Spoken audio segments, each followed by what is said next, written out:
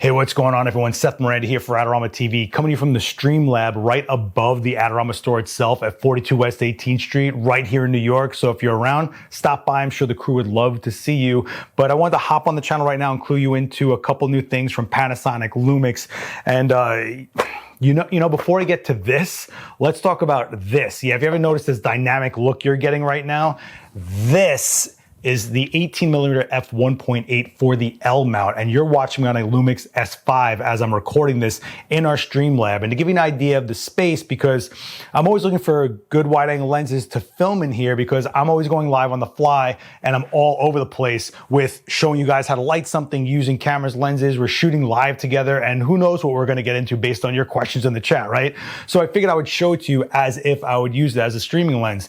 This canvas is 15 feet, and we're about 9 feet wide in this space, and so you have an even more exact idea of what we're talking about. Here's a tape measure, and I'm about 40 inches from that front element, and this is what it looks like, right? So if you're in a tight space and you need that wide angle, this is what it'll look like, and I figured you get a good idea of the straight lines as well, the color rendition, everything else, but not even just the spatial. Watch this, like, the minimum focusing distance is under a foot. We're looking at about 7 inches from that front element as your minimum focusing distance, which is really nice, especially on wide angle where we tend to go closer to things when we're looking at things so wide. And 1.8 is nice because you get that shallower look when you don't really get shallow looks on wide angle in general because of the nature of the lens. But 1.8 is also good for lower light situations like this. Even though I'm lit, you got to realize I'm going live for a few hours. I'm not burning my retinas out with a ton of light. 1.8 comes in very handy to keep the fidelity of the noise of the image down, and just having the ability to shoot in lower light overall is just always good, right? But this isn't just a one-off lens. I mean, it rounds out their wide angle series here. We're looking at a 24mm 1.8 and a 35mm 1.8.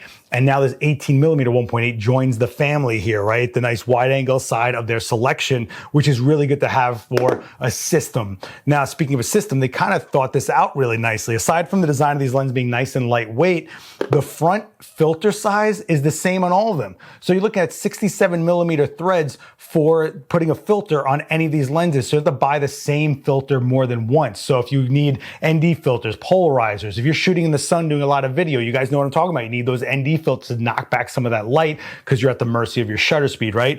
Well, you only have to buy it once instead of having to get stepping rings or buy multiples of those filters, or those pro mist filters all you trendy kids love so much. Don't worry about having to break the bank buying a bunch of them. You can just keep on swapping them through the lenses.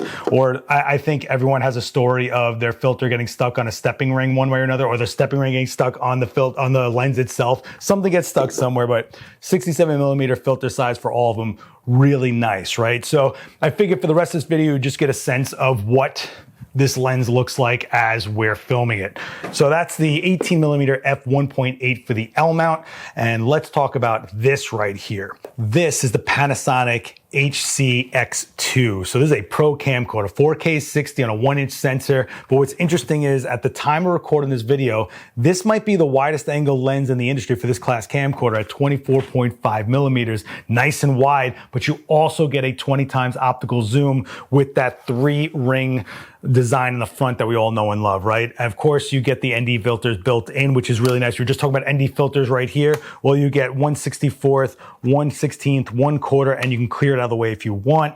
And this is a really good 4K 60 Pro and Camcorder for things like run and gun, or you're filming interviews, or maybe you got to do live events. In fact, if you're doing live events, this thing can be really great for a live stream setup. It's got face detect autofocus, which is great if you're filming yourself or constantly streaming and you're moving around, it'll stay with you. But the SDI out will let you run the cable long distances, which is great. So let's say you're doing something live that is a large scale thing, like, I don't know, high school sports, and you've got to get this camera connected to the stream setup that's on the other side of the court.